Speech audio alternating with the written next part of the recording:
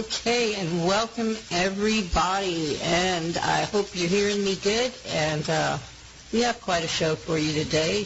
You know, it's kind of a hallmark of mine and Barb's that we're going to take you somewhere that you never thought you were going to go today, but that's what we're going to do, and I'm not going to put too much into it. We're just going to, because we don't want to scare you off, so to speak. But, well, it's something that we've been down the rabbit hole, guys, and you know how that goes with us. And we've got some interesting things to relate, some personal experiences that will go along with this show today. So stick around, hear us out, and in the comment section, I want to say hey to the guys in the chat. You guys are awesome.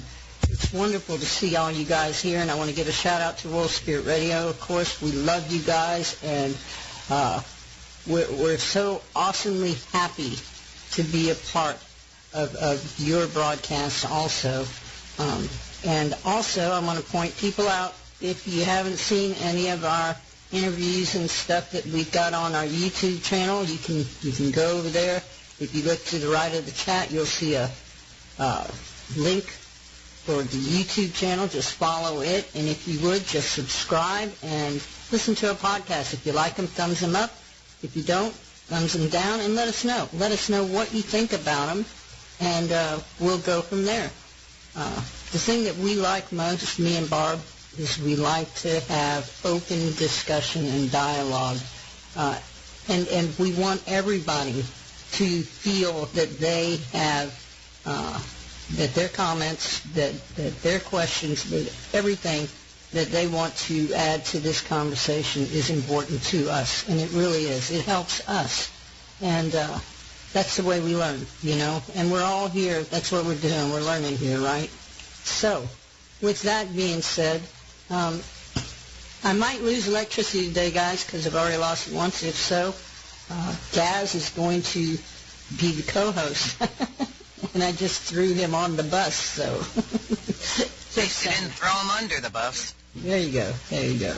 But anyway, what we're going to talk about today is something that's been in the news quite a bit, and Barb gave you a little heads up by that link she posted in the chat. If you hadn't had a chance to go look at it, I don't know what to tell you. Keep the radio going and go there, turn the sound down on the video, and just watch. That's all you have to do is watch while we're talking, and you'll get a good idea of where we're going today.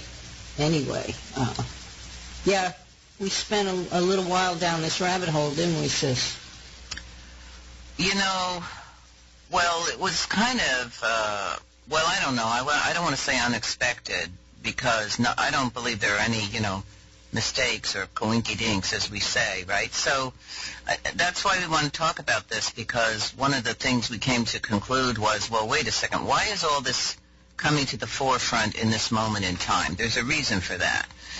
And you and I have talked about these things randomly before, personally, between you and I, but we happened to go even to a deeper place the other night, and we had some wow moments, and also, I think I've discussed some of my personal experiences on other, programs a little bit.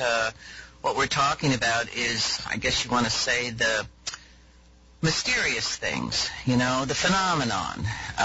We've all experienced some type of woo-woo. The woo-woo stuff, yeah. Well, people call it woo-woo, wacky-doodle woo-woo stuff. But, this is a part of reality in so many people's lives. And it's also being put out more in the main places, like the Pope, for instance. Popey said a while back that he was, anxious to see the ETs or the aliens and wanted to meet them first. And I said, yeah, he wants to meet them first so he can baptize them all. But I don't think they'd want to be baptized. And I've talked about, I guess we've discussed the fact that there were, during Eisenhower's time, visitors who came. First there was the Blue Feather People, the Hopi talk about the Blue Feather People and how they offered our government, for instance, technology that would help our people if our government would stop the nuclear programs, nuclear weaponries, and of course that wasn't agreed upon, we know that. And then another faction came in and decided, well, they'll offer technology, and boom, our technology went from, the dark ages almost up to unbelievable technology, and some that we don't even know about. So something happened in between, and we know other countries, the Russians, for instance, have had these sightings, this phenomenon, and all over the world. It's ancient, it's nothing new.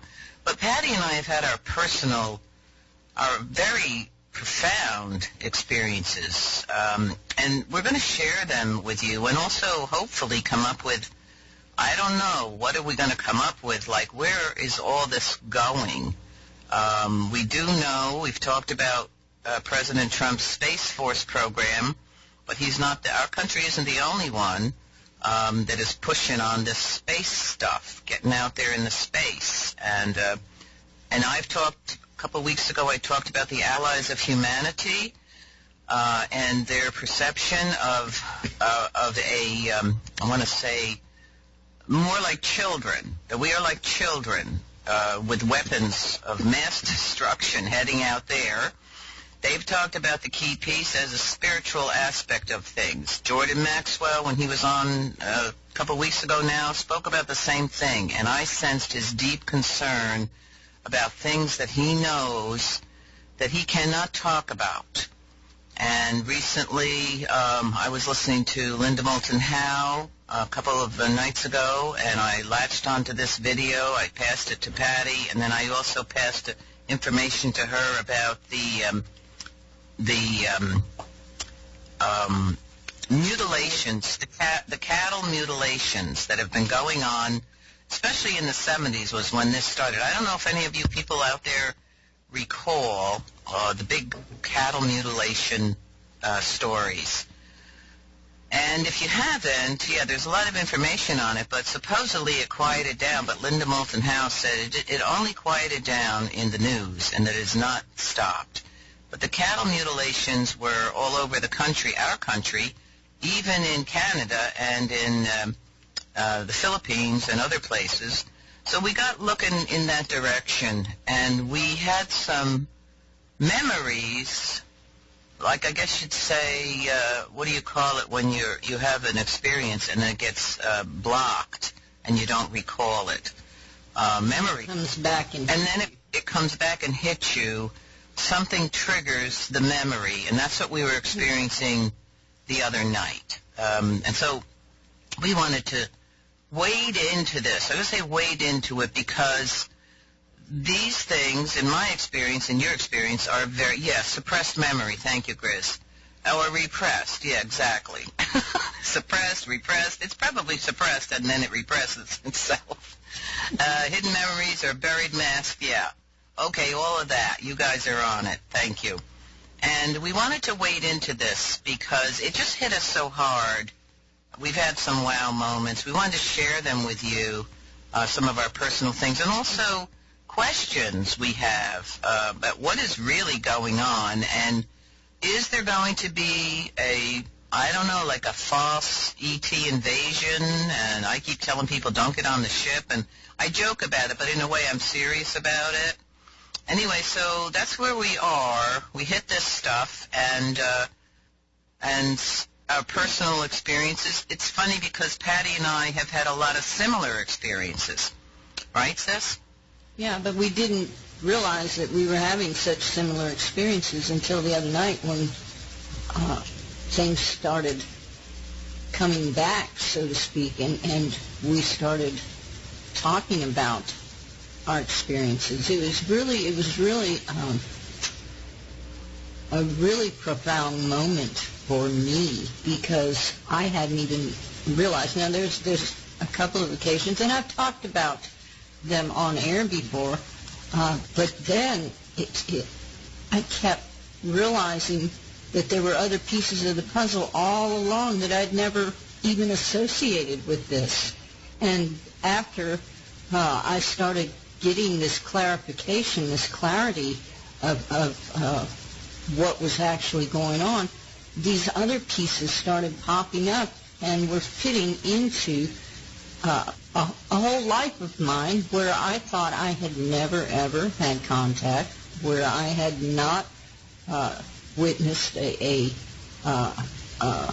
alien, so to speak, which I haven't. I haven't actually seen an alien. I'm going to be upfront with that. But now I know that something did happen, that I was indeed visited. And then I realized that my daughter has also been visited. And I'll tell you some of her stories, too. And more than once. It's not just a one-time. Yeah. Right? It's not just a one-time thing. This is what we came to conclusion. Well, that was what was weird, sis, is that I thought it was only the one time with me. Remember? And I talked about this on air before, of waking up to these bright, bright, bright lights as they were moving over my house, and I was sitting straight up in bed. I'll go into this later, but that was the only thing that I ever remembered until this thing slapped me in my brain when I was looking at and talking to Barb, and we'll go into that later. I don't want to get in the wrong place. So go ahead, sis. Well, so for me, and many of you have heard my story, when I was 4 years old, I had my first experience of abduction or attempted abduction. Now, what happened to me last week, in the middle of the night, I was woken up. And for some reason, I started getting downloads, visual downloads, and of memory of my ET experiences or the other beings' experience. So this was running through my mind. I was actually back in my room at 4 years old, and I was visually seeing it, and I was actually needing to see more because there were a lot of blanks there, a lot of blanks in my memory. So I think I was being led back deliberately because this led to Patty and I talking about this very deep stuff. So this I know was purposeful. The Spirit was leading me backwards into visual experience of being 4 years old in that room and these beings showing up. And so I was back in that room, and I'm trying to pull out things that I missed or things that I've missed over the years or let's say, repressed memories about these things. And then, I was screaming at the top of my lungs because I was being pulled down off the bed by my thumbs, both of my thumbs. It woke me up. I was 4 years old, and I was screaming my head off. And my parents came in, and my older brother came in, and I don't know what time it was. I have no idea. And I saw these beings. I thought they were alligators, and they looked to me like they were alligators, and I was terrified. And everybody tells me I'm having a nightmare, a bad dream, a bad nightmare. Well, I felt the energy in that room, and I felt the energy on my thumbs from those beings touching me. And I knew that I was not having a dream. I knew this was real because prior to that I had other experiences. I grew up with very unusual experiences, so I knew this was real. And so I was revisiting that, and then the visuals and the experience went to another time in my life where there were these beings, about 4 or 5 beings. They're very tall figures, and they cluster together very close to each other, and their heads are sort of like pear-shaped, and so on and so forth. And then my experiences of lost time while driving, and spheres and lights swishing by, and I mean, on and on and on. So I was downloading all these memories of contact and experience and lost time. And the next day, I got up, and I was talking to my daughter, and I started drawing these figures because I said, this is what I was recalling has been in my life more than once, are enduring traumatic experiences. These figures, these beings show up. And I drew this picture for her on a napkin, and it was these pear-shaped, tall, thin beings. And the next, I guess it was that night, I was drawn to pull up this Linda Moulton Howe talk, and she started talking about these pear-shaped beings. Well, that freaked me out because I'm like, wow, look, what a coincidence that is, right? I was just recalling these pear-shaped headed beings, and I drew the picture of it, and now Linda Moulton Howe is talking about these beings and many other beings. And anyway, I got into that, and then she mentioned something about her first film, her first documentary, actually, when she was very young. She got involved in the whole mysterious phenomenon of things in our world due to the cattle mutilations. She made a documentary out of that. And I do remember reading about cattle mutilations in the 70s, but I never saw her documentary. And so this kind of leads into something that involved Patty, but I flipped her that YouTube as well as Linda Moulton Howe. So we started our discussion, through that particular thing that happened to me, of the memories, opening up the memories of me.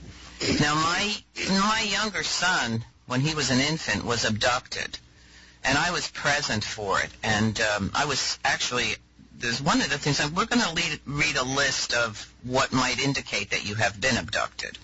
And one of the things they talk about is sleepwalking, And I was, in that night, I was in my infant son's room. So what happened was, I looked out the window and there was this huge, huge sphere of light. I thought it was the moon. It was so gigantic, so it had to have been like super close. But then I saw something coming toward the house from that huge light. And then I started to feel frightened, and I stepped back into the room, and I hid behind a dresser while this being, this gray, it was like a robot, came into the room and picked up my son and took him out of the window. It was very traumatic, very traumatic. And when I went out of the room, I was going to go downstairs, there were a group of these tall, pear-headed shaped beings, but they were all in military uniforms. And many years later, I spoke to Barbara Marciniak because I had met Barbara Marciniak and we were hanging out together at this star conference up in Colorado there. And I told her this story. I felt in my own whole self, my being, that my son was abducted, but I didn't want to go there. And when I told her the story, she said, definitely your son was abducted. One of the things that a lot of people see during an abduction are beings in military uniforms. Now, I don't know why that is, but, that's the, I guess, one of the signs or one of the signals. So I know that he was abducted, I was abducted, and I know that one of my ancestors were abducted, and I believe it's my grandmother Louise who spoke to me about the little people and various other beings and very mysterious things. She had the gift of sight, she had the gift of vision and calling in the spirits and so on, as I do. And I think this goes through generations. That's what I was telling Patty. So, all right, I'm going to leave off right there and see where Patty wants to go with this. Well, yeah, the thing of it is that unlike Barb, I never had, that I knew of, any type of visitation in my life except for when I was caretaking a ranch out in eastern Kansas, in Howard, the town, eastern Kansas, and I had a very unmistakable experience, and it convinced me at that time, because before that time, I would tell you, yeah, I believe that there are extraterrestrials, but I haven't ever seen one, because I hadn't. I've never experienced it. because I didn't think I had. But it happened to me 2 nights in a row, and the third day was just as weird. But, yeah, I worked second shift, and I would come home, and I only had wood for heat. I had a wood-burning furnace. And so I would usually come home, and if I still had coals in it, there was snow on the ground, and if I still had coals in there, I'd go ahead and try and start a fire. But it was so big that if the coals had gone out, it would take me 3-4 hours to get a good base to even get a fire. So usually what I'd do is I'd pile like 5-6 blankets on my bed, put my knit cap on, put double pairs of socks, my long johns, all of this stuff. I mean, I was all bundled up, right? And then I'd get up underneath these 6 blankets, which were weighty, and then I'd have my cats. At that time, I had like 6 cats because I lived down in the middle of nowhere. And the cats would just come. So I had these 6 cats that slept in the bed with me. So I went to sleep, and I woke up sitting straight up in bed, something that's never, ever happened to me. My eyes were completely open, and the light that was in my room and outside, because the room I was in had windows all around, was so bright I could not see my hand in front of my face. It's the brightest light I have ever seen in my life. And I knew that this is weird, right? And then I saw the light starting to move, and it moved slowly over my home. And I was down in a valley. And so it moved over my home, and when it crossed the bluff and started fading out, the light, then my outside security light, which was triggered by the sun going down, came on. So I knew that what I saw was real. And so I was like dazed. It was like I couldn't move because I'm so under all these blankets and got all these clothes on, and cats are everywhere and everything. And so I just sat there for the longest time wondering what the heck just happened. And then I went ahead and I fell asleep. I went to work the next day. I came home that night, got in my bed the same way, didn't start a fire, and I woke up as the light was just clearing the bluff. The same light. But I was laying down this time, and the outside security light came back on, and I was like, this is crazy, this is insane, you know. The next day, a friend of mine wanted to borrow my truck, so he was going to take me. I was driving to work, and he was going to take my truck.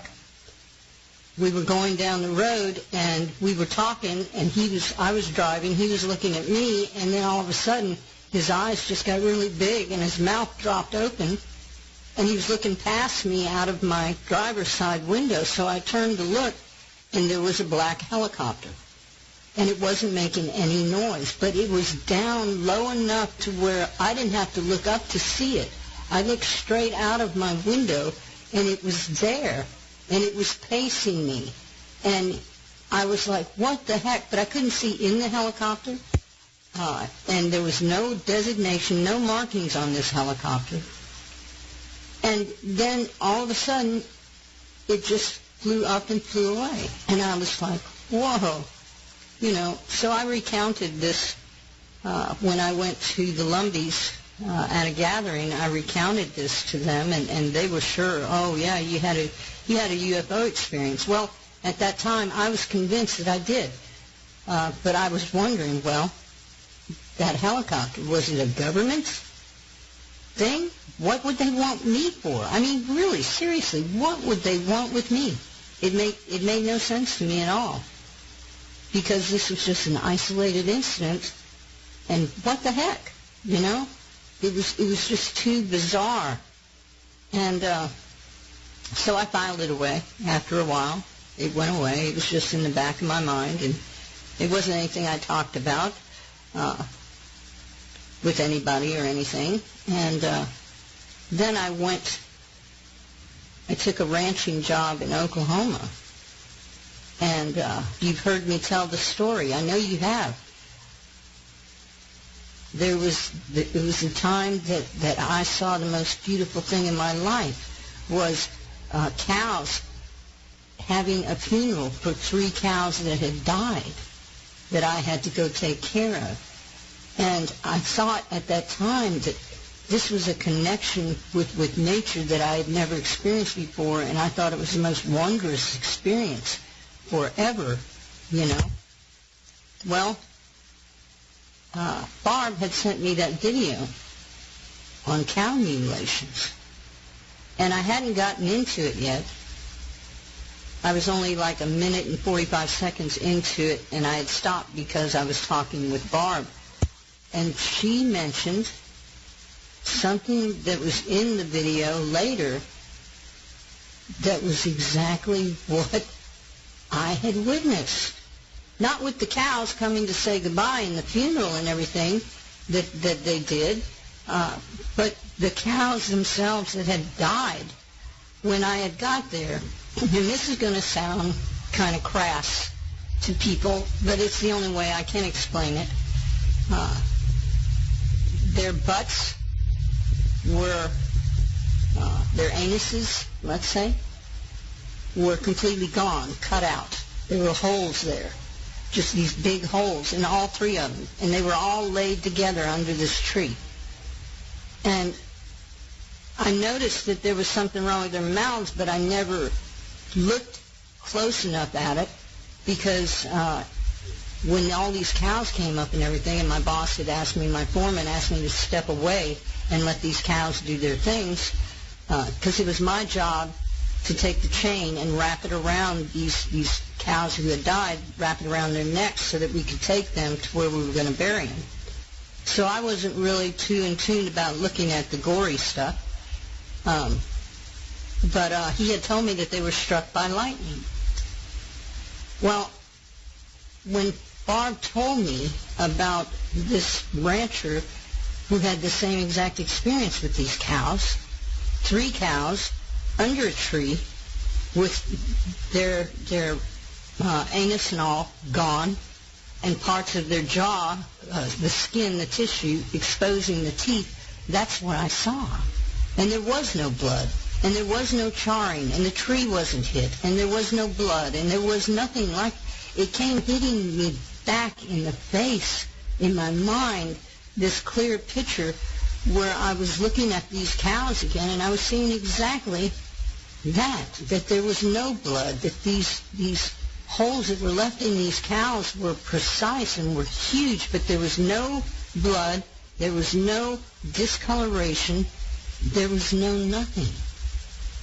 And so then it hit me that was a cattle mutilation, that I had indeed just at that time witnessed what had been going on for a very, very long time, right there in Oklahoma, Salisaw, Oklahoma, on the Green Ranch. It was amazing to me. And then things kept coming back to me, and we'll talk a little bit more about this. But what I'm saying to you right now is something happened, and it had nothing to do with anything normal, with anything that can be explained in a logical way to say that it was just an everyday occurrence. None of this was. And as I went back in my life, I've realized that this has been happening to me for a long time. And I didn't know it. And I don't know why. Like I said, I'm nobody. I'm just this person, you know, that just lived a life. And I don't know. But anyway, it showed me that there are things that are hidden within me. And I've often wondered about that one experience, and I've talked to you about it, Barb, about the lights and waking up, sitting straight up in bed. And I've wondered and wondered and wondered and wanted to know what it is that happened. And I've even thought about going and being hypnotized. Yeah. I'm kind of scared of that. I told you, I don't want anybody in my brain. But I also, from that night that I had those visitations with the light on the above my elbow, on the back side of my arm, about 3-4 inches above my elbow.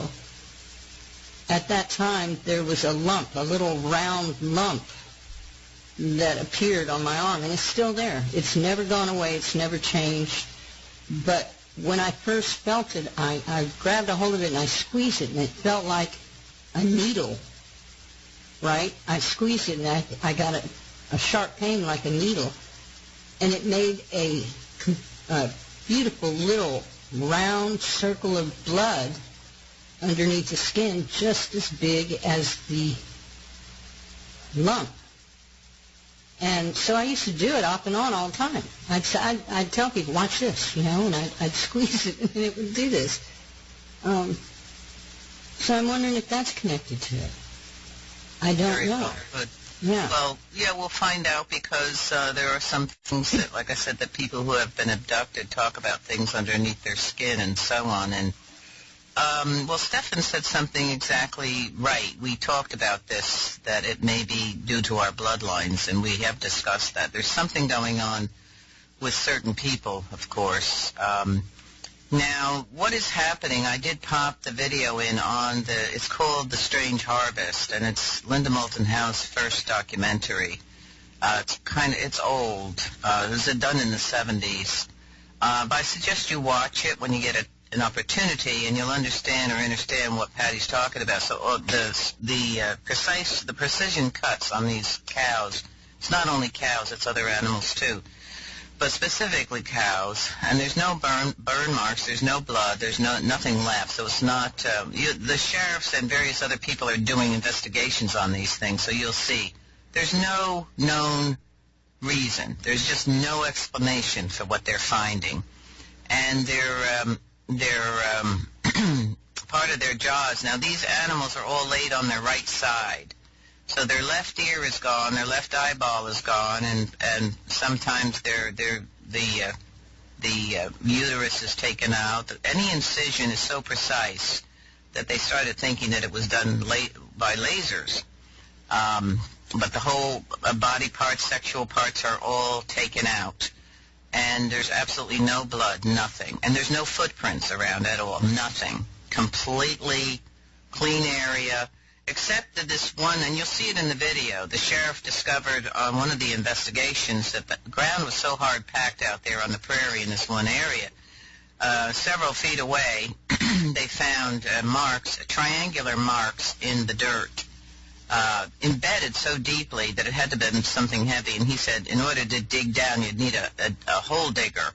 If you know what that is, it's a tool that you have to really gouge out the earth with this hole digger. And he said you wouldn't be able to, to do that unless it was something heavy. And triangular marks, which was very confusing to them. They had no idea what that could be. So, so this whole thing about the cattle mutilation has been going on and for all those years all over the country in different parts of the world. There's no known explanation for it. People will try to give an explanation. Oh, it's a cult. Oh, it's this, it's that. But no, none of it. It just doesn't connect, as you will see in the film. And it's a big mystery. Now, as I said earlier, and she says this, Linda Moulton Howe says this in the film, that over time you stopped reading about these cattle mutilations, this phenomenon, but it did not end. It's been basically continuing. So, when Patty and I were talking about that, that was a mind blower for you to realize that you had actually seen mutilated cows. And the ranch owner basically told you, it was lightning, but it was not, because there were no signs of it, as you recall, no signs of lightning. So the other side of what you're talking about, the helicopters. Now, I've had my experience with the unmarked black helicopters, too. The ones, actually, that I do know are government, because they're at certain places that the government would be interested in what you're doing. And most of it is For instance, I was at an AIM, American Indian Movement Sundance, many years ago, and a helicopter, unmarked black helicopter, came up and showed over us, hung over the dance grounds, the sacred tree there, and all the people dancing and in ceremony with their door open and a camera shooting out, because they keep track of the so-called American Indian Movement, the Indian people, who are, to them, troublemakers. Anyway, but also what I came to think about the other night was when you talked about seeing that black helicopter while you were driving. And what I came up with was, I know these ships can shapeshift into different ships. They can disappear in the blink of an eye, and they take different formations. And I'm just wondering if those UFO ships could actually shift into a helicopter shape so that you're thinking, oh, that's just a helicopter. I'm just saying. Right? Well, the thing that I know for a fact is they wanted me to see them. They wanted me to see that they were pacing me. Why else would you be that low and stay at my speed? It doesn't make any sense otherwise. I know that they wanted me to see them. Right. Yeah. Well, the other thing is about the missing time. We talked about that. I mean, as a child, I had tons of missing time. There are moments I go back in my life and it's completely blank. I have no recollection of anything. And then that even became more so when I would be driving. As I got older, I'd be driving on the road and this sphere or this flash of light would occur in the sky, or a sphere would cross my pathway. Almost like a meteor falling, but it would be so close and right across my pathway, and then I'd have no recollection. I'd always have time loss, See, I can remember losing time too, but I always attributed it to I have this propensity sometimes to just dream, go off somewhere. Yeah. Yeah, like a hypnosis. Right, and so I just figured, and been driving before and say, well, wait a minute. I don't remember passing so-and-so. How did I get here without seeing that, without remembering that? Things like this, yeah. There's been a lot of instances that I've been thinking of that have been coming into my mind I have to say there's missing time. Well, and I want to bring up a few of the most renowned well, especially one, the Betty Andreasson abduction. I read her book, or the book that was put out about her experiences. It's called The Watchers, and I suggest you look for this book. This was very profound for me because all these years I had the question, it seemed like a logical question. Okay, if I believe in a great spirit or creator, and creator created everything, then creator must have created these ETs, these other beings, but how do they equate with the creator or the great spirit? What is this for? What is this purpose, right?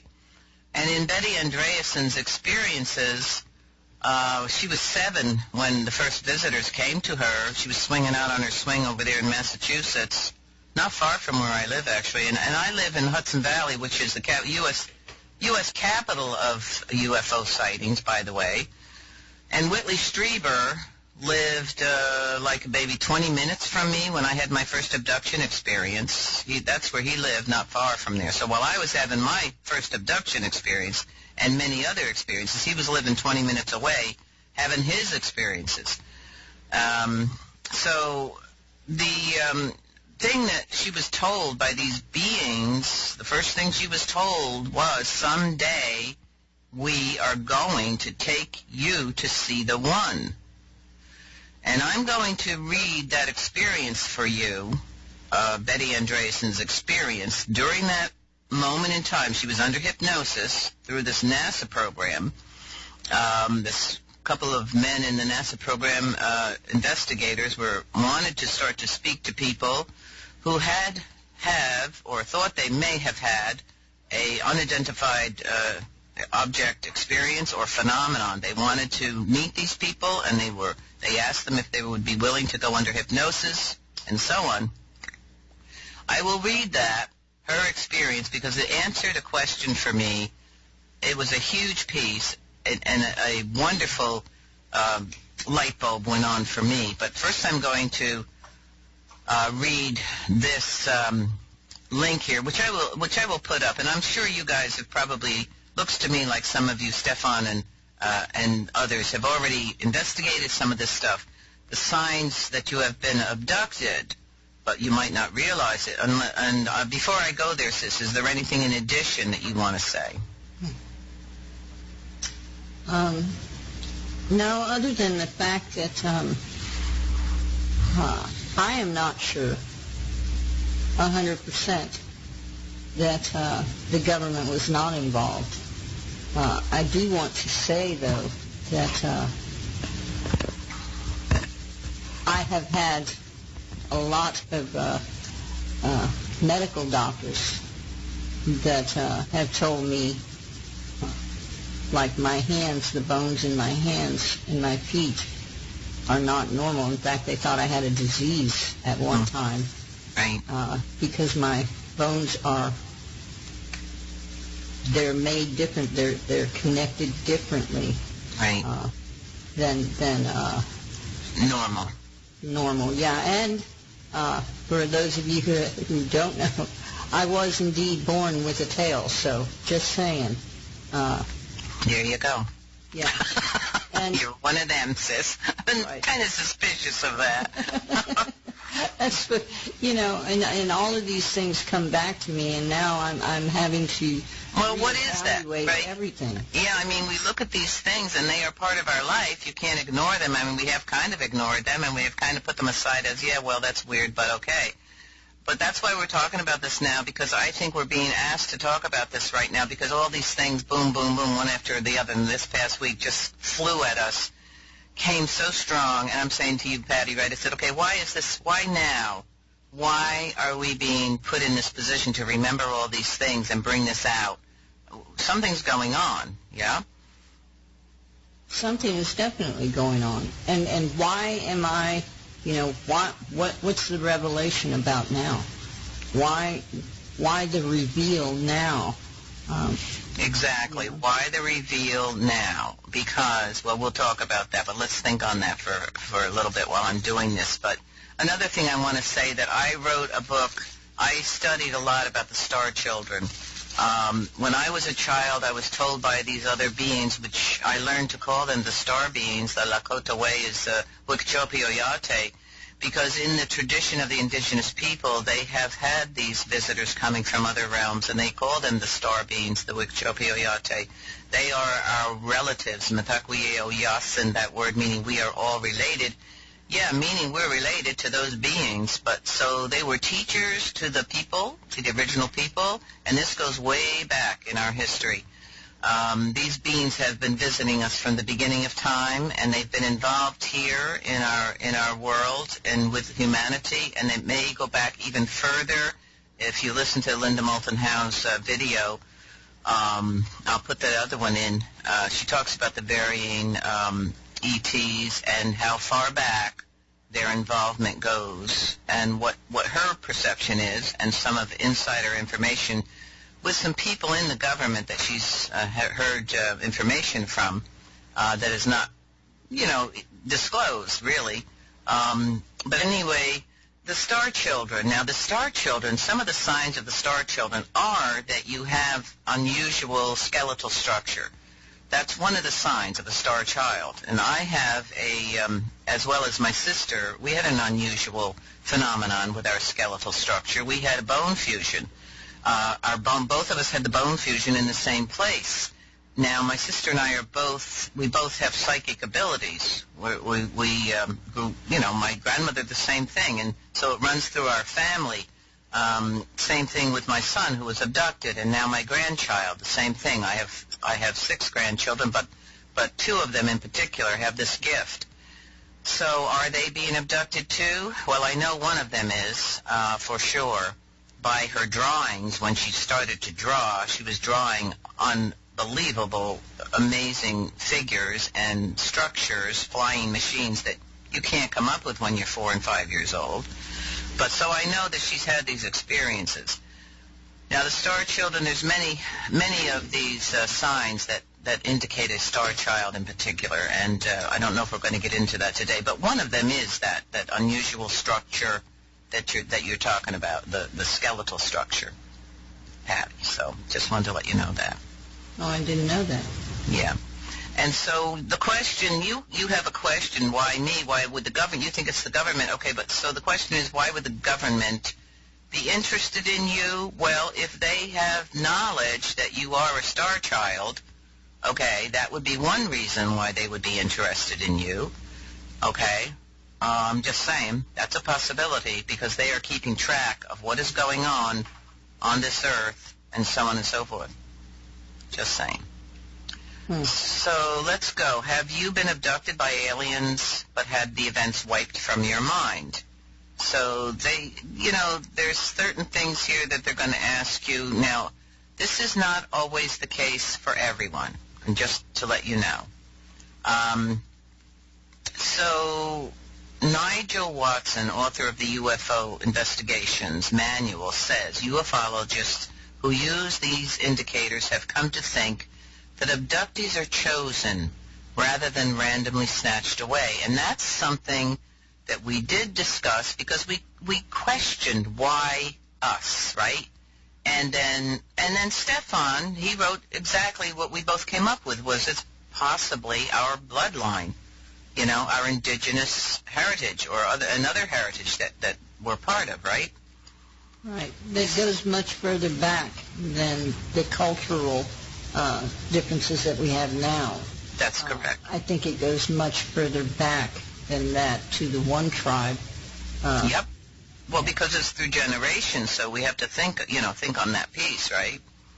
So they're chosen rather than randomly snatched away. So this is underlined by the fact that whole generations of families have been plagued or blessed by alien abduction experiences. And that's a very important thing, plagued or blessed. Now, I've known about a lot of people who have been abducted and they come back and they feel blessed. And many of them have developed psychic abilities, even healing abilities. And many of them were told by these beings who abducted them of their concern for this earth. And many of them were taken to see what could possibly happen if we don't, as humanity, get our act together. Now, the plagued circumstance here is that people have had experiences where they are terrified and where they are, scientifically, or something's going on with them where they're being examined or whatever, and they have a terrifying experience. And I also know that in the indigenous cultures, none of them have terrifying experiences because I feel they are very familiar with beings from other realms. This is part of our connectedness to all of nature beings, for instance, star beings, nature beings, spirits, ancestral spirits. And this is sort of an accepted and common life way. But you have people who are removed from any of that, and it could be terrifying for them to have somebody show up in your room and carry you off into the night. That's for sure. So hypnotic regression is often used to recall this information, but sometimes this is not necessary, and it is spontaneously recalled. And would you say that that's what was happening to? Yes. I didn't, there was no prompting whatsoever. It was just there in my mind. It just like boom, and it was there. It just surfaced, yep. Yeah. And when you were on the call, it blew me away. I was like, couldn't talk. No. You couldn't talk. I get it. Yeah. Okay, so crazy. So the consequences for the abductee can be good or bad. Abductees might become born-again Christians or become more spiritual and relaxed in general. They might also, I'm going to add this, they might also have let go through this experience what they once thought was crucial or believed in or were worried about or concerned about. It changed their life, in other words, for the better. They have a sense then of there is something far greater, there is something grander, okay?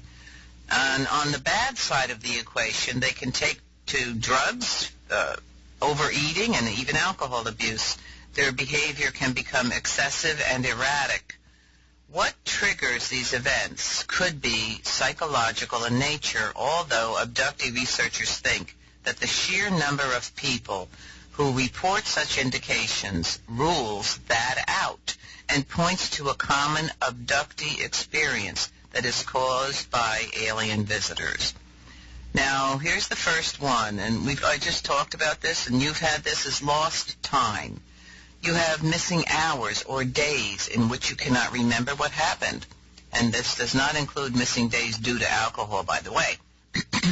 Now, we hear stories and myths. The stories are, I have always said, I came to the conclusion that mythologies, are actually facts. They're not fairy tales. They're not fantasies. They're not just stories. These are facts.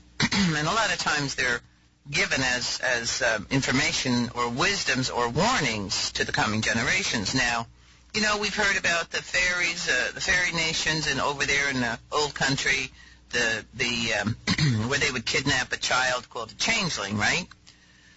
Where that child would suddenly be different. And the parents or the people would say, oh, the fairies must have come, and they now that baby's a changeling because it's completely different. Well, that could very well be due to abduction. I was reading more and more about the stories in the old country about abduction from the fairy people or the little peoples, and what happens to people. Sometimes they have missing time. They are gone. And when they come back, everybody's changed, but they haven't changed, and so on and so forth. So here's number 2, marks on your body. This suggests to look out in particular for laser cuts on your ankles, wrists, or back. That's just 2 that they're mentioning here, but there's many more marks on your body, like you said, Patty. Could be something along those lines. Number 3, humming noises at night. Okay, buzzing or humming noises, strange noises. Number 4, a feeling of being watched, especially at night. Now, I've had this feeling of being watched pretty much all my life, but I know that there's other things going on, not just by ETs. I know my connection to the elemental beings in the forest, for instance, or various other things, the little people, for instance, gives me that sense of being watched. But they're speaking particularly about an alien presence, a feeling of being watched. Number 5, sleepwalking. Now, that's something interesting. I just discovered, actually, that I think I had been sleepwalking, and I just discovered that by looking at this link here. Because my experiences with my son's abduction, for instance, I was upstairs in the bedroom, and it was in the middle of the night.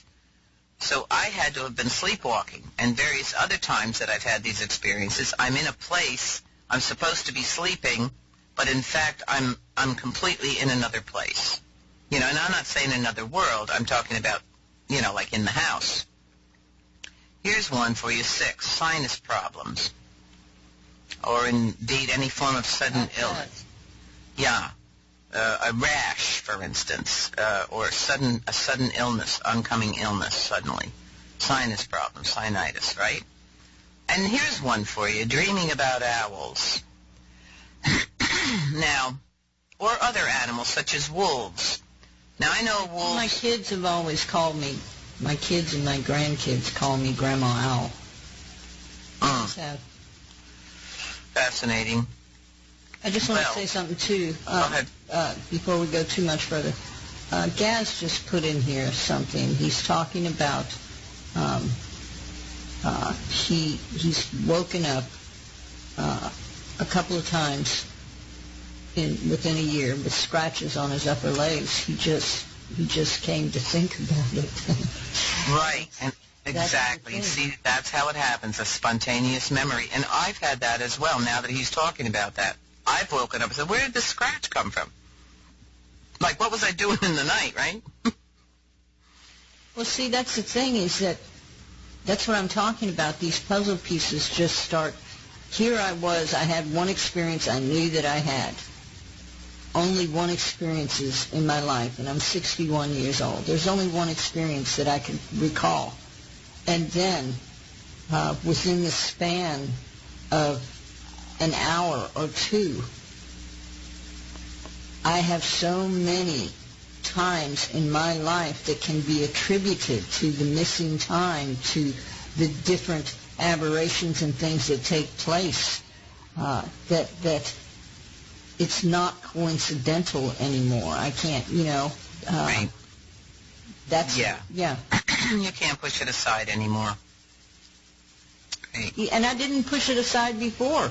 I just didn't even equate. It never even occurred that it was strange or out of place until I saw it again and realized, well, duh, it was. So the owl thing. Now you can hear an owl in the night. You don't have to be dreaming about owls, but dreams about owls and wolves are significant oftentimes to an ET visit. They will often appear when you hear an owl. That's very possible. It's not always the case, but I have had that experience with both wolves and owls. Now, I don't understand this. Maybe somebody else out there does. It says turning vegetarian. I don't know why that would be. That's not me. Well, I did, but I eat more. I do eat meat, but I was not a strict vegetarian, but I would say I was more inclined toward it. But I did eat meat occasionally, and I still do. But I don't know why that would have to do. I don't know. Maybe somebody else has an idea out there. Okay, so 9 is low self-esteem, which I find fascinating. Okay, we have to think about that. Because I grew up with very low self-esteem, but I equated it to living in an alcoholic household where I was screamed a lot at and told I was stupid and an idiot and all that, whatever. And I had a learning disability, so that all helped. That all added to the low self-esteem. But I've never had low self-esteem. Well, like I said, some of these don't equate to everyone. Now, blood on your pillow. I've had that. Me too. And I never equated that with this. I figured, I must have had a little nosebleed or something, right? Yeah. Now, your TV goes funny. Forget the TV. It's now everything else, right? Yeah. Wonky. Wonky technology, wonky electrical stuff. I would get in front of somebody's computer, and when they first started coming out, and the computer would just go wonky and wacko, and they'd say, "What'd you do?" I said, "I didn't do nothing. I just sat down." I'd be driving along the road, and the street light would go out as soon as I get under it. Boing, gone out. Boing, done, gone out. I don't know if you've had any of that. Now, the scare... Yeah, I do break watches a lot. My favorite is pocket watches. I love pocket watches. I can't get a single one of them to work longer than that's interesting. A week. Yeah. I got a bunch of them, though, that don't work. They don't work. So if you can do it one way, you should be able to do it the other way. I'm just saying, right? Yeah. So here's the thing. I don't know about you, but I had a closet in my room when I was 4, and then I was afraid of that closet. I would have my mother, "Mom, open the closet. You have to open the closet. Look inside, look inside." I was terrified. Okay, here's one. Scary cupboard. Fear of your cupboard, I'm going to say closet, is a near certain indicator that terrible things have happened to you while you slept. And taking vitamins compulsively. That's fascinating to me. So one abductee says, "I kept telling myself it was because I wanted to be healthy." Now, I don't know what the answer is to that, but you people, I'm going to pop this in to the chat. I'm going to do it. Take me a second here because I have to get out of this other link, and here you all are. I hope somebody's got some answers out there. Lizzie says she breaks electric stuff. She's being blamed by her son. I've got something too that I want to read out. Okay. People, this is just a poll that was done in 2002 and in 2008.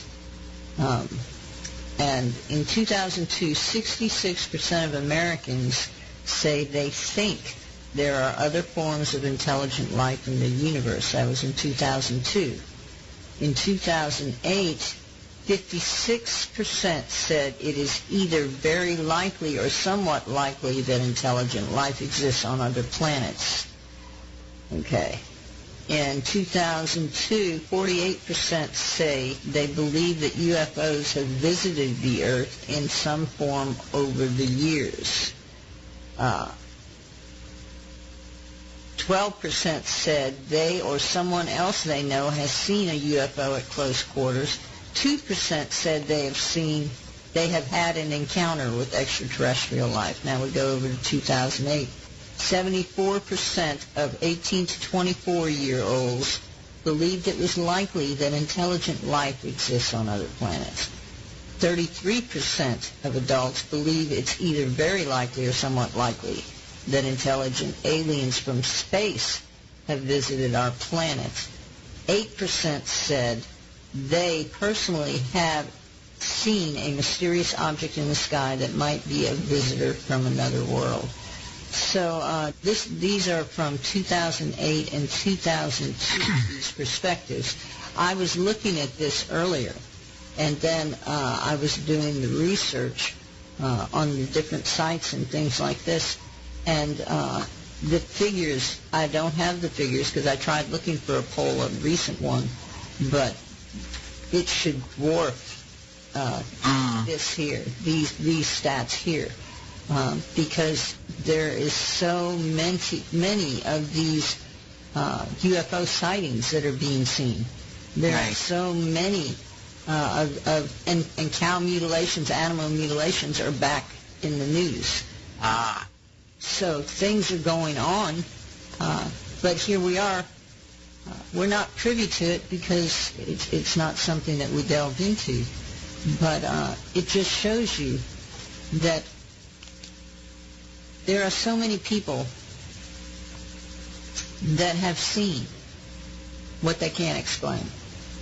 There are so many people who have said and related experiences that are so similar, that don't know each other, from different countries, different cultures, languages, religions, and they're all saying the same thing. So there has to be something to this. There really has to be something to it. I'm one of those people that would say, yes, there has to be intelligent life out there.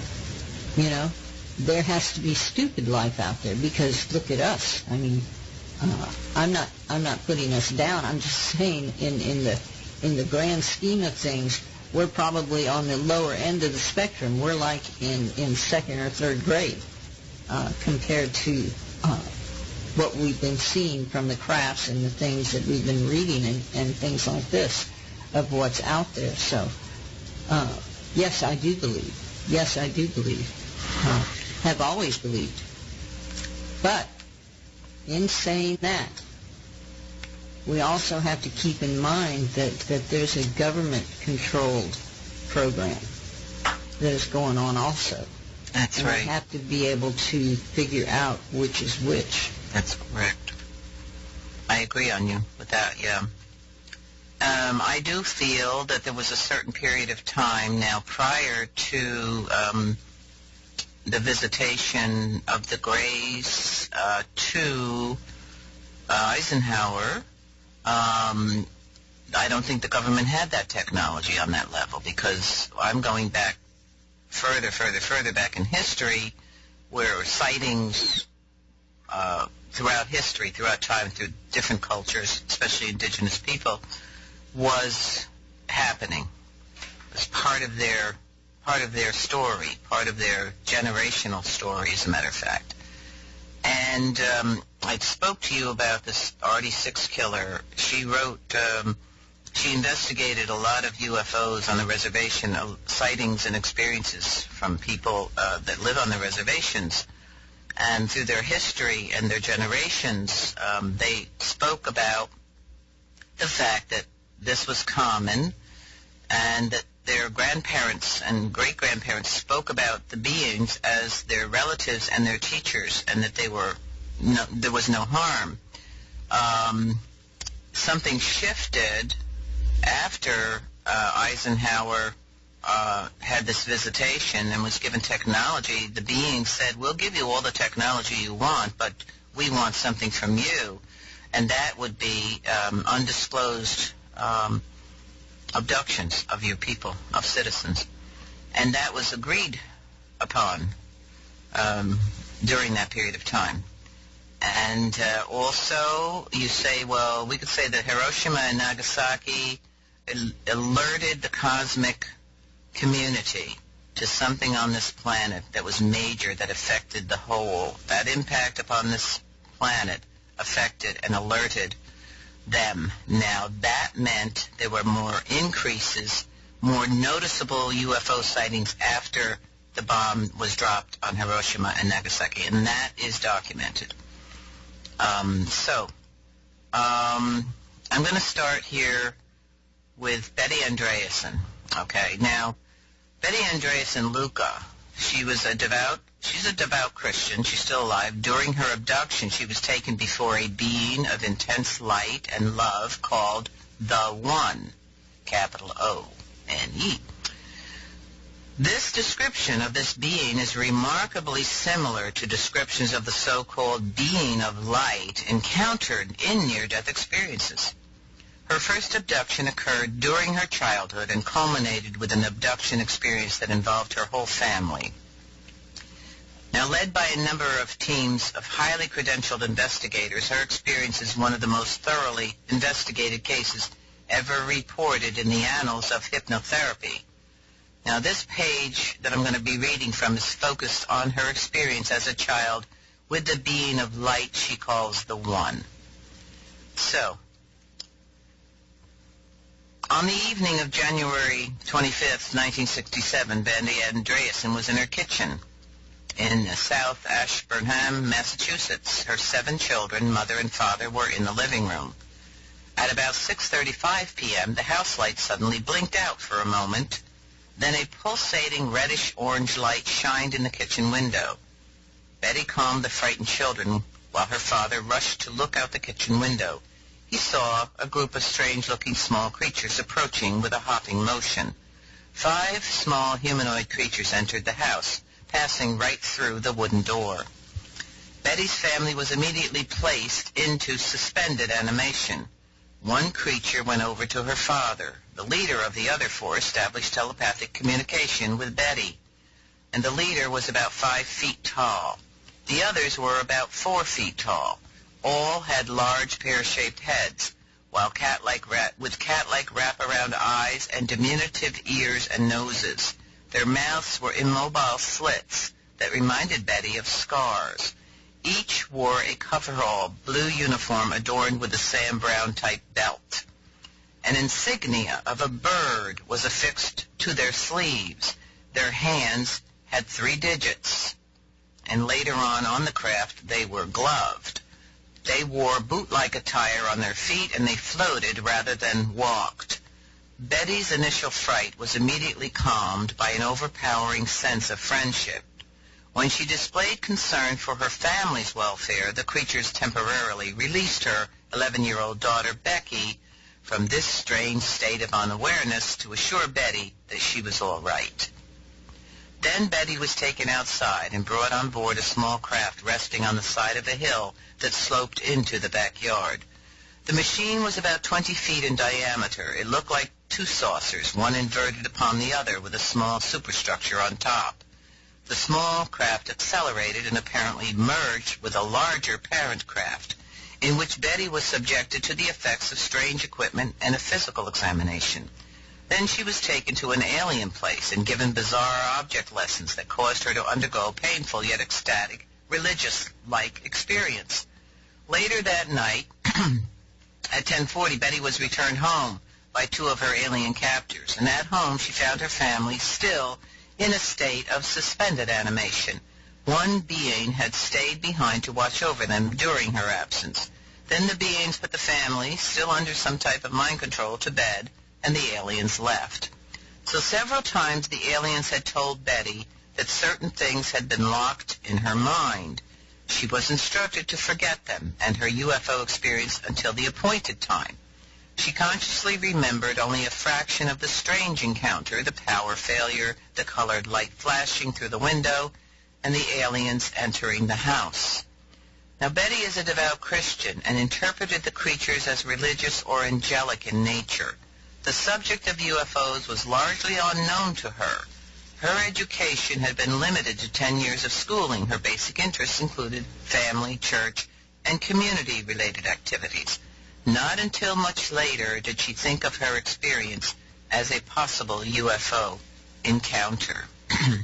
Now, here's her experience with the being of light. Do you want to say anything before I go there?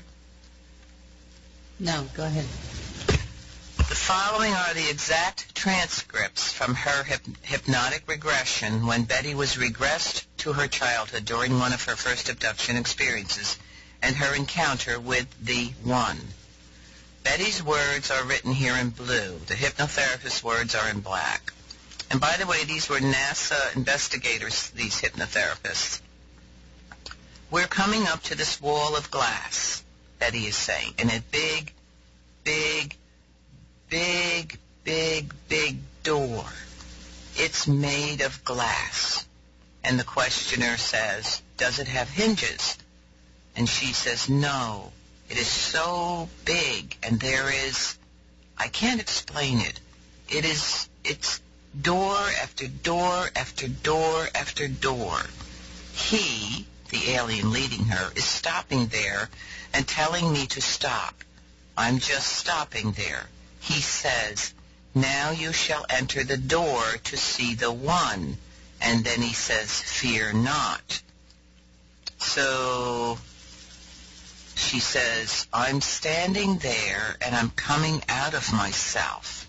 And there's a note here that says Betty appears to undergo an out-of-body experience in that moment. And she says, there's two of me, with an exclamation part. Again, she says, there's two of me there. And the questioner says, are you looking at yourself? And Betty says, uh-huh. Okay, the questioner says, do you see the One yet? And she says, the One? No. Okay, go on. I'm coming up to the door, and the little person is saying, now you shall enter the great door and see the glory of the One. And I'm standing face to face with that door. And written in black, it says, Betty now stood before the strange door. And again, she describes its appearance and her out-of-body experience. And Betty says, there's a big door there, and it is big, but it is strange. It is like deeper and deeper and deeper, and it's bright, really bright. And I have to stand before the door. But before that, I came out of myself. I was just standing over there, and I was standing over here. There were two of me, but that one over there was stiff. And the questioner says, have you tried to talk to your other self? And Betty says, that won't work, because I'm over here, and that one is over there. And the questioner says, she looks exactly like you? Is she making motions to show you she is alive, like breathing, moving her arms? And Betty says, no. And the questioner asks, would you say she looks like a wax museum piece or something? And Betty says, no, it looks just like me. All right, go on. I was told to come forward. I went in the door, and it's very bright. I can't take you any further. Why? Because. What do you mean, because? I can't take you past this door, Betty says. Okay, the questioner says, I'll tell you what. You go past that door alone, then for a few minutes, okay? Time and again, the hypnotist tried in different ways to induce Betty to tell him what was behind the door, all in vain. And then he says, sometime maybe, if you change your mind, would you tell me? And she says, I can't change my mind. It is set. And the questioner says, well, what would happen to you if you did tell me? I can't tell you. I'm sorry. Okay, let's proceed to the first thing you can tell me. Fair enough? "Oh!" And Betty's face starts to glow with joy. And the questioner says, "What's happening now?" And she says, "I'm coming out of that door, and it was wonderful." "Did the one say something exciting?" "I can't tell you. I'm sorry." "Would you say that the one was God?" "Do you really know what God is?" Betty asks. And the questioner says, "I don't know. I was hoping that you had seen him and could therefore tell me." And Betty says, "I can't tell you about that." And he says, "Okay, let's proceed. What's happening now? You just came out of the room and you feel great." And Betty says, "I come out of the door and there's a tall, white-haired man standing there, and he's got on a long nightgown." Now, the next session took place on May 15th in 1980. Determined to find out what lay behind the great door, the hypnotist again brought Betty back in time to where she was standing before it. He says, "Where are you?" And she says, "I'm before this huge, great big door. It's glass, layers and layers of glass." "What are you standing on?" And she says, "Glass." "Well, let me ask you now. You're going to see the one now, right?" And she says, "Yes." "Why are you going to see the one?" "Because it is time for me," they said, "for me to go home to see the one." All right. In other words, does this imply that the one is someone that you have seen before? And Betty says, "I don't remember." "Okay. Do you know why it is time to see the one? Why haven't you asked questions?" Betty says, "They haven't been there very often. Those little people haven't been there very much for me to ask." And the questioner says, "Yeah, but they are asking you to do a lot of things, shall we say." And Betty says, "I know, but I'm in their place. I can't do anything." "Okay, in a moment you're going to see the one, right? We don't want to waste the experience. We want to get the most out of it. So when you see the one, I want you to ask yourself, what am I getting out of this? Why am I here? And what will this mean to me later on in my life? It's like any big experience a person is allowed to have, okay? I want you to progress to where the door is open and you are seeing the one." And Betty goes, "Oh." At that very moment, an indescribable smile came over Betty's face. The only adjective that the investigators could think of to describe it is rapturous. This expression of pure, unrestricted happiness remained on Betty's face as the hypnotist continued to question her. He said, "You seem happy. Why are you so happy?" And Betty says, "It's just, I can't tell you about it." "All right.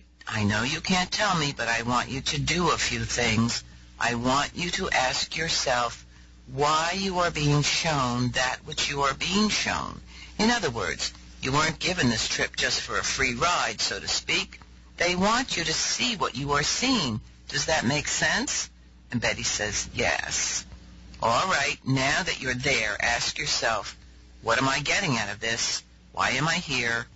What am I supposed to think about after I leave here?" And Betty says, "Oh, it matters not what I get from it." "What do you mean?" "It's words cannot explain it. It's wonderful. It's for everybody. I just can't tell you this." "You can't?" "Okay, why can't you?" "For one thing, it's too overwhelming, and it is indescribable. I just can't tell you. Besides, it's just impossible for me to tell you." "All right. Are you capable, when looking around you, to tell yourself?" "I see it." "Right. That which you can see, you have a grasp of, even if you don't understand it." "I understand it. I'm sorry. I'm just sorry.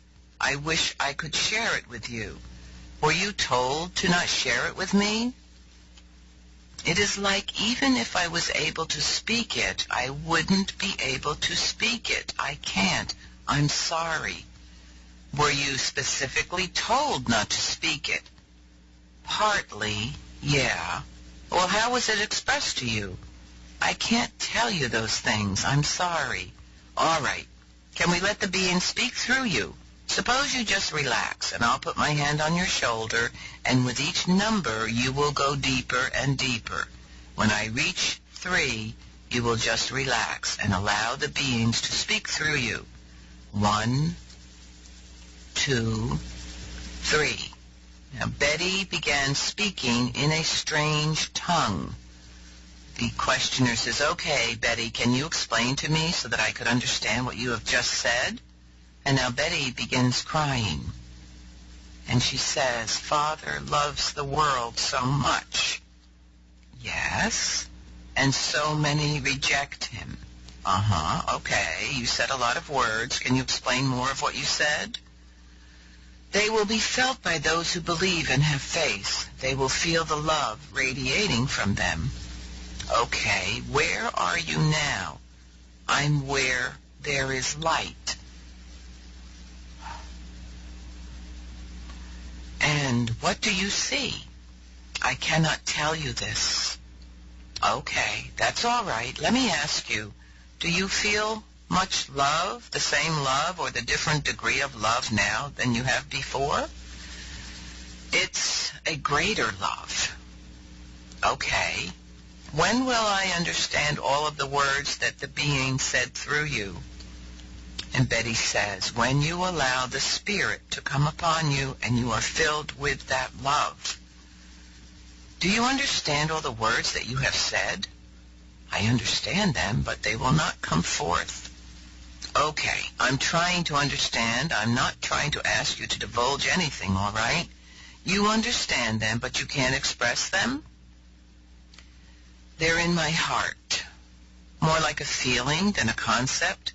They're in my heart, my mind, in my body." "Okay, could you explain this to your children?" "What children?" Now, during this hypnotic session, Betty was regressed to a childhood experience where she was single with no children. If you have children someday, the words that you spoke, while they had a message of love in them, did they also have a warning? Yes. Those that do not have love have nothing. Love is the answer.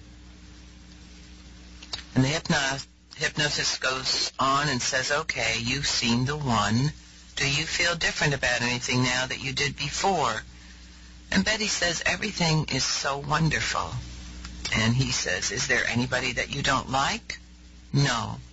"There are some people, shall we say, that aren't as nice as other people, right?"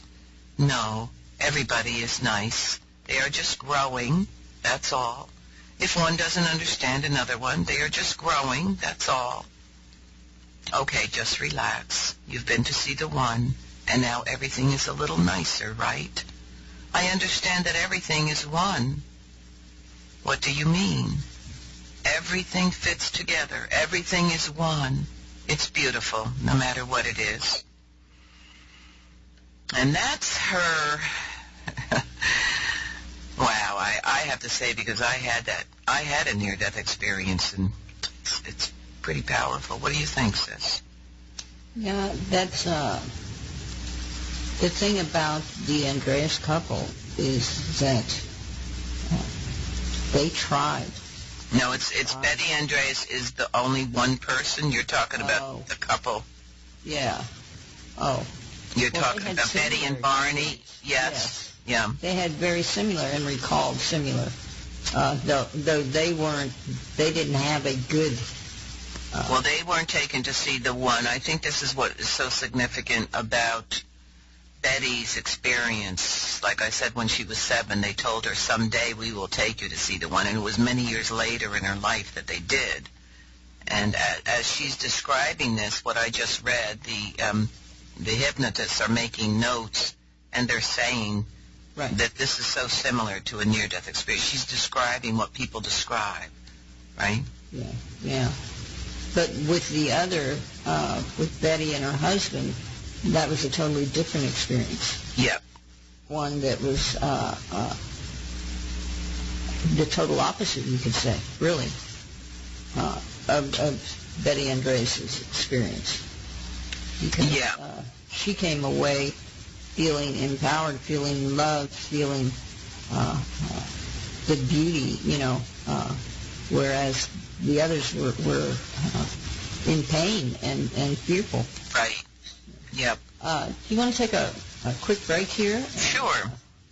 We'll come back in about 4 minutes and 53 seconds. Absolutely. Yes. So everybody take this opportunity, go get your beverage or take care of business, whatever you got to do, and we'll meet you right back here in a little under 5 minutes. See you on the other side. Okay, everybody, welcome back to People for People Radio, and this is the Turtle and Crow Show, which we didn't even introduce. You know, we're so good. Sometimes we just want to talk. You know, we don't want to mess with that other stuff about telling you what the show title is or anything.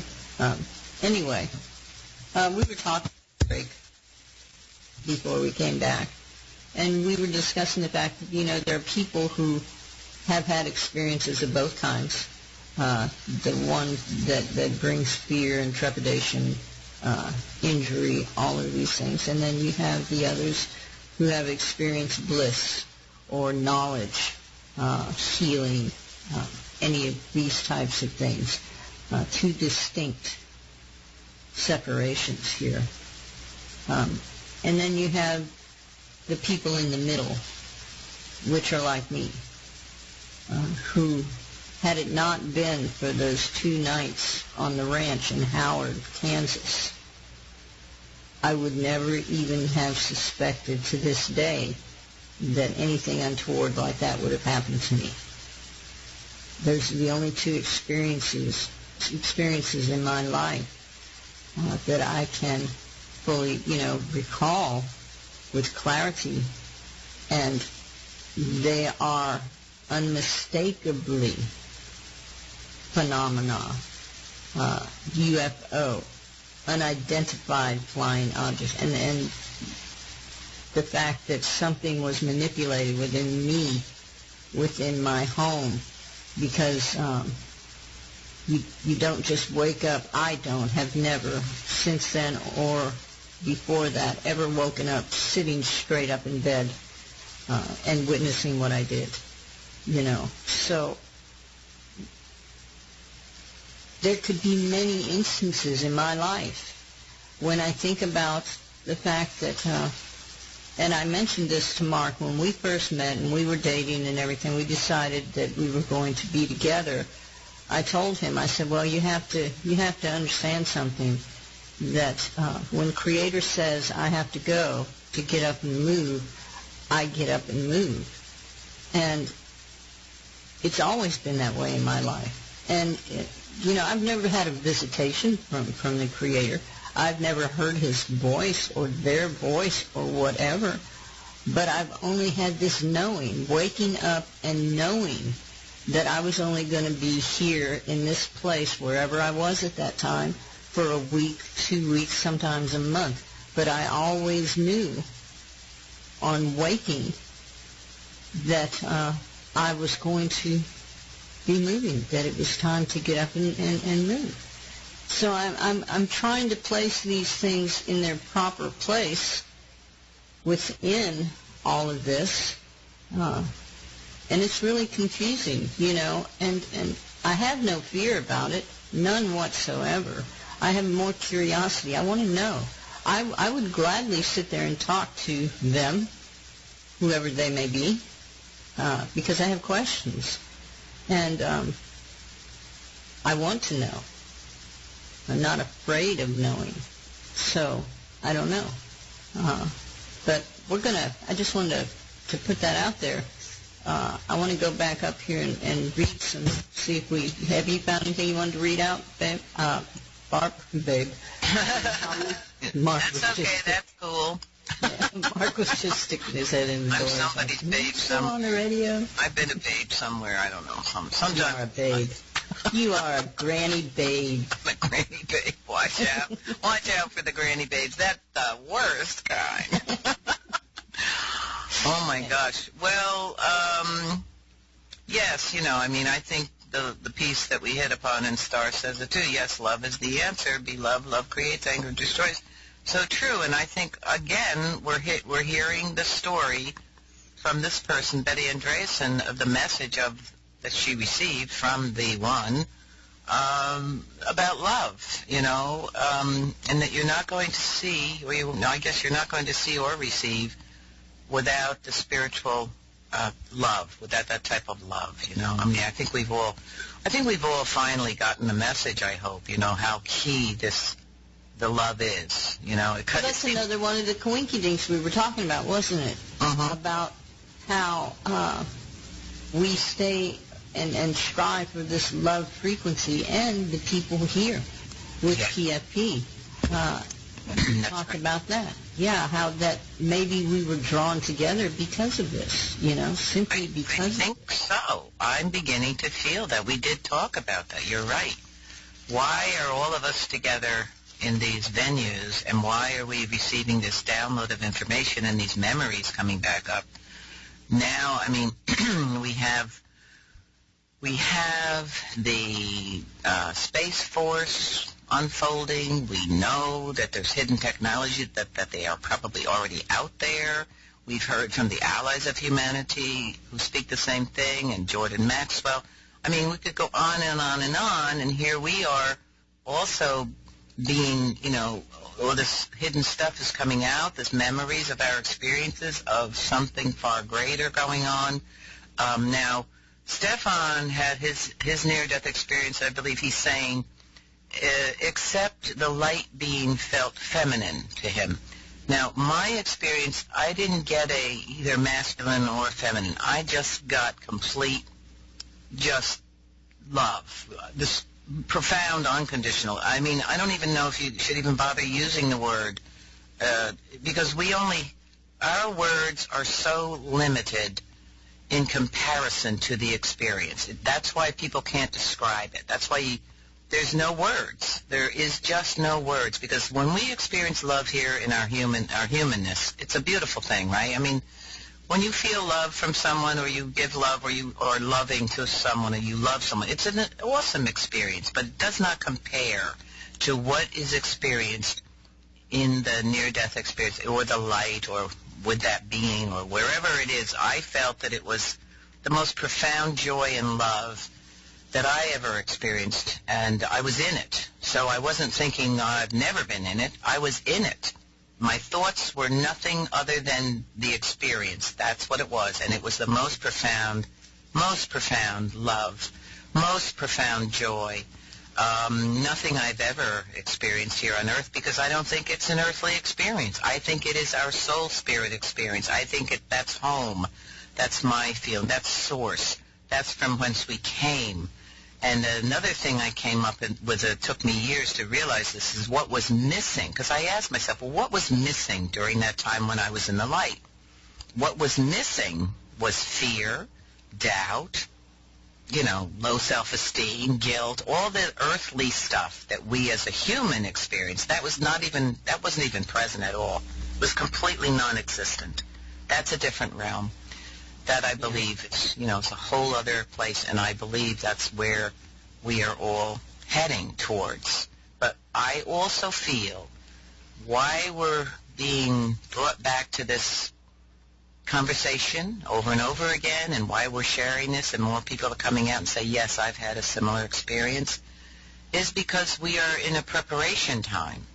And we keep hearing the message over and over again, that love and that frequency of love is the key. It is divine connection. It is a different frequency. And I think we are being given these messages because we are in preparation. That's my feeling. Yeah. Well, I have Angel here says that what the bright light is, sonar luminescence, a rejigging of the DNA. And then, a little bit old for them to be messing. I don't know about. Yeah, I don't know. You think they want to talk to somebody young? Yeah, I mean, me too. I know there's a lot of scientists and authorities who have their answer that your brain is synapsing, the brain synapsing because you don't have when people who are on the operating table And they're basically, hi, Teresa, good to see you. People have been, suddenly they die on the operating table. Well, the scientists say, well, because there's no oxygen to the brain and blah, blah, blah. But frankly, you have millions of people going through this experience, and a greater percentage of them didn't die. I didn't die. I went out of my body spontaneously.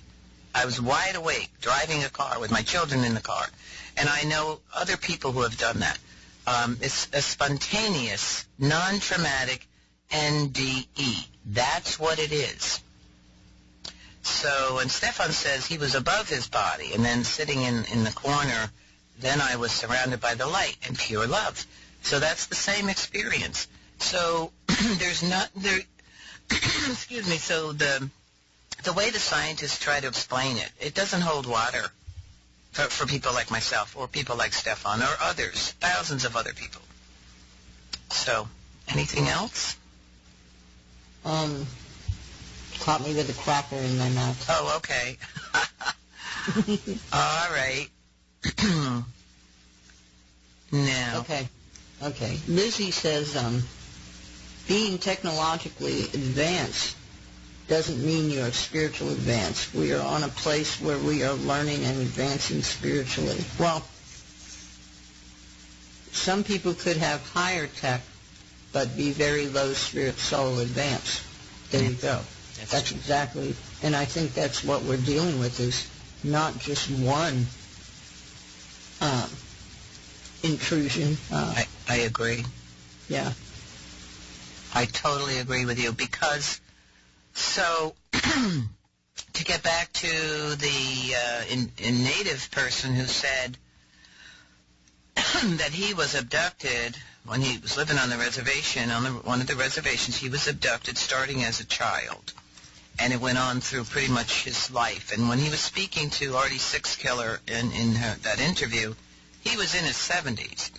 And he spoke about his confusion in regards to the abduction, because he said his grandma and his grandpa and all of his ancestors told him, these are our relatives with Chopiyoyate. They are star people. They are our teachers, and they do not harm us. None of them had these experiences before.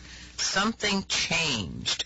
That's what I got from reading this. So something changed. Then was it then either another group of beings that started abducting people for their purposes, which were experimental, or was it government doing this? So there's just this question that I have, because something obviously changed, and that native man's abduction experience indicated that, because he spoke about his confusion. He said, I thought these were our relatives and they did no harm, you see. So something changed. Yeah.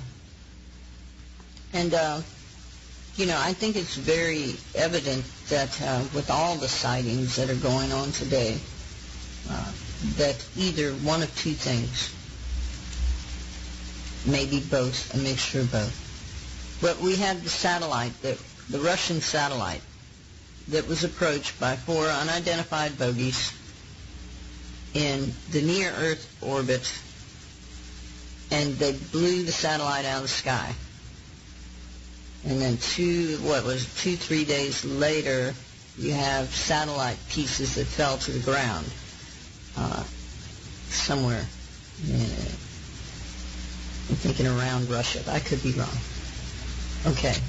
So you have the president of this country and of other countries all now. China's in on it. I think Saudi Arabia is in on it. Japan is in on it. Russia's in on it. All these countries are building these different types of missiles and things and all to be loaded onto satellites, and building ships for this space force. It's not just going to be the U.S. military space force. There's going to be other space forces that from other countries. They've all decided they're going to do this to protect what did they say the reason was because there were too many satellites up there with the capability of helping nuclear, helping get us closer to a nuclear war or something, you know. Right. But anyway, that's why they're doing this. Well, no, you don't need a space force. You can shoot a satellite out of the sky pretty easily. It's not hard to do. You can hack a spy satellite or a satellite, and it'll come down anyway. So, what are they getting ready for? Is this going to be the Project Bluebeam? Is this going to be the faked alien invasion? Is this going to be real? And if it is real, the aliens coming, are they the good guys or are they the bad guys? Are both the good guys and the bad guys coming? See, this is I would like to know these things. You know, I would like to have a conversation. If you can come and pick me up and take me into your ship, then by gosh, you ought to be able to leave me with some answers, you know? It's just the way I'm feeling about it. Just saying. Well, I do know. We talked about this too. I wasn't, I mean, I had my experiences ever since I was a child, you know, a phenomenon. And I wasn't into the UFO thing. I just had experiences. I saw UFOs, and I had, you know, experiences with ETs, and I wasn't in, I didn't even know that existed, like MUFON and these other places that other people were experiencing these things and talking about it and sightings and so on. So I didn't know that there were like 12 or 13 ET groups and that they had names. And, you know, now Linda Moulton Howe is talking about that there are actually only, I think the government says 4. I want to say 4. It's possible she did say 5, but the government is aware secretly that there are actually only 4 of these specific ET groups that are involved in this world, in our Earth, and that the government is involved with, and that there's this one group or one group of ETs that actually create these other beings through DNA, you know, manipulation that they create, like the reptilians, for instance, or the praying, what is it, the mantis ones, praying mantis ones, that they are actually creating these, but that there are actually 4 specific ET groups that the government is involved with. Now, I don't, you know, I really have no clue. I can't say for sure. I'm just listening to these people's and getting some different perspectives on things and having my own personal experiences, you know. So, okay, so we know something is going on. We're together on that, right? Yes, we are. And another thing we talked about, I think we also concluded, you, me, and Gaz, one night, that we do feel that there is a 1 with a capital O, right? Yes. Agreed on that.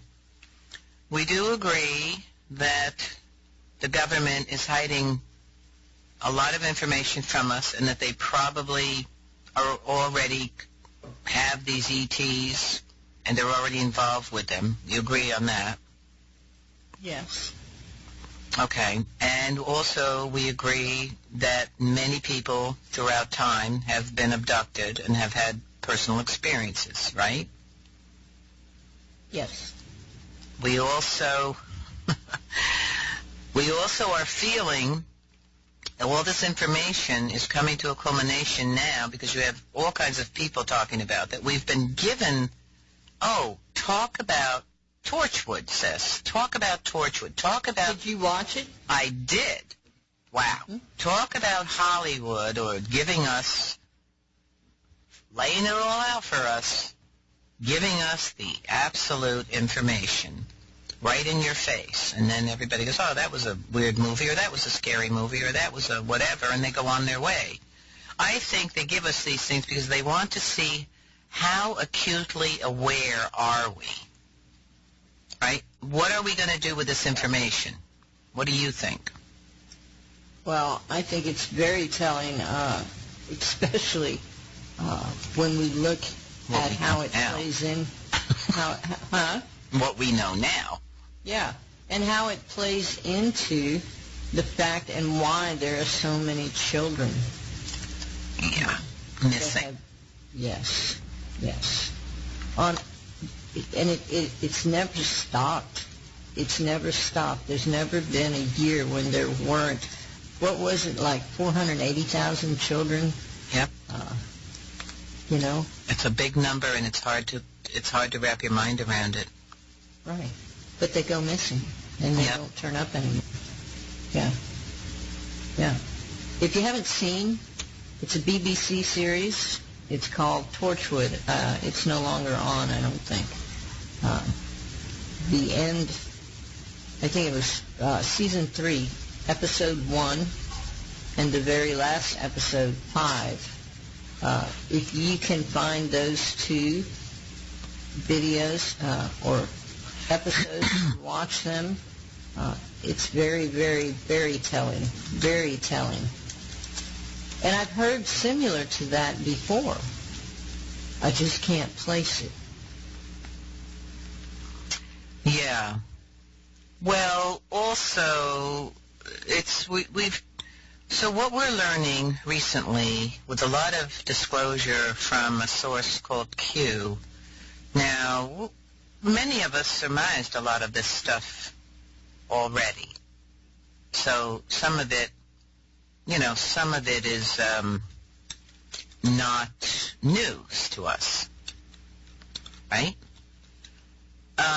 So we're finding out some of the deep state's involvement and others, high-up people, the elite, you could call them, their involvement in some very dark stuff, right? We've been finding out these things, like the spirit cooking, right? Yes, and the adrenochrome. Now, what that is that's an energy. We call it a frequency because it is the pineal gland coming from gives you the adrenochrome, which is, I guess you could say, it's powerful and it's significant, and it's kind of like certain people want this because they're evil and they use children for this.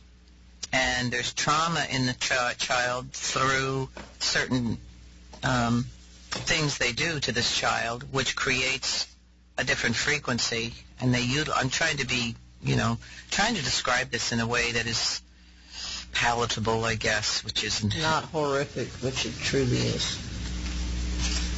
So here we have this Torchwood, basically, which is showing that there is an off-planet ET group that need children for this particular food, energy food. It's not their life. They don't take their life. They drain the energy, the frequency, the life force out of these children. And they're basically, it's a saleable product. Okay, it's a drug. Yeah. Yeah. They're drug pushers. They're drug pushers, but what they're pushing, the drug they're pushing is this life force from innocence, okay? And that's what we have been hearing about and finding out about that is actually happening. Probably, I don't even know how long it's been happening, through Luciferian groups and so on and so forth, and that they are actually doing something similar. Right, and they entered into a contract with the governments of the world, the U.S. primarily. What was it, in the 40s, to give them technology in exchange for these children. And the government had been in collusion and providing these children. Yeah. The government. Now you look at the similarities today with Hillary Rodham Clinton and the Clinton Foundation and Haiti and the missing children trafficking, sex trafficking, missing children abductions. Right. Yeah. Anthony Weiner, all of these people who have been caught up in this child sex trafficking. I mean, this is so difficult. It's such a difficult thing to discuss, but I think we have found out that there's the facts are the facts. You can't deny the facts when you see the documents, when you see this information full out.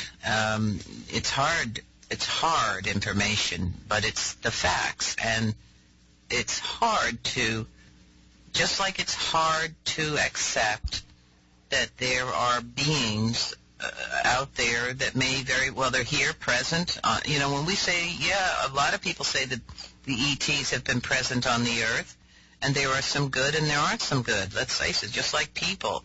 There are different factions going on, and, they manipulate people. They mind control people. And are they behind this whole thing? Is this what is going on? Is this what is going on? And what do we do about it with this information? Yeah? And basically, yes, Star, it's the Grenada Agreement, yeah. Yeah, we've got 3 minutes left, and I want to let everybody know, stay tuned, because Grizz and Lizzie will be up, and they're bringing the love. Yay. Bringing the love frequency. The love frequency. Vibration. That's what we want. And I have to say, again, I'm going to emphasize how key that is. This is not just a bunch of hoo-hoo, oh yeah, love, love. No, this is serious, because this is a frequency that is beyond imagining, that we must rise to this frequency in order to withstand and move through all that is coming. This is, we've talked about this so many times, but this is serious. It's up to us. Nobody's going to come and save us. So we are in the position now with all this information coming at us. Some of it is shocking. Some of it you're going to turn away from and say, I don't want to know. Well, I'm going to say it may be difficult. It may be stunning. It may be scary, whatever. That's a different frequency. Scary, fearful is not the frequency that you want to be in. Whether you believe it or not, it's a good idea to hold the frequency of love, I'd say. No matter what. It's best to be prepared, is what I'm going to say. Yeah, and why would you want to hold anything else? Why would you? But you don't want to think that it's just, oh, well, so what? I just said some negative things about the guy down the street, or I'm just spewing out junk at somebody. You're taking a responsibility with your own frequency to either affect positiveness or negativeness, because it does go out, goes round, and comes back, and affects all things. That's how connected we are. And challenge yourself. It's not always easy to be in the love frequency, but, make it a personal challenge that when I find myself outside of this frequency, I'm going to look for the beauty. I'm going to look for the magic. And I'm going to produce that frequency. I'm going to choose free will, and you know what? Well, we know when people are angry, they get, what is it? Anger is, which organ? Is it your liver? I don't know. It affects your functions. It affects, It affects your whole body. Your whole body. Yes. Every emotion that you have, every feeling that you have, every prick of a needle or stepping on a stone or anything within your body is a chemical reaction within the brain, and it will release certain chemicals that will react on your body. The stress chemicals, the fear chemicals are the most harmful to your body. They flood your body with toxic amounts of this. And over time, if you stay in those lower frequencies, your body will become under constant attack and become weaker and weaker simply by your emotions. Yeah. It's why you see people who are in pain for many, many years. They lose that frequency. They lose the ability to be in that love frequency because their life is so consumed by the pain that they're feeling, Yeah, and we have to reach out to those people. We have to give them a safe space, I'm not saying go up and say, congratulations, you just did that wrong thing and I'm happy for you, I love you. No, I'm just saying send out that good energy toward them instead of the negativity. Help them out in that way. Right. In that way, yeah. Yeah. Well, Anyway. when somebody asks you if you have seen an actual alien and you say, yes, you have, and they become silent, I know it's difficult, but it's my personal experience more than one time. So I can only give you my experience. That's all I can do. It's up to everyone else to determine for themselves. You know, there's no way I can prove it. I can just tell you my truth, and that's all there is to it. And thank you, everybody, for being here. Yeah. Yep. We love you. And you know what? Don't be scared. Don't be scared. Be the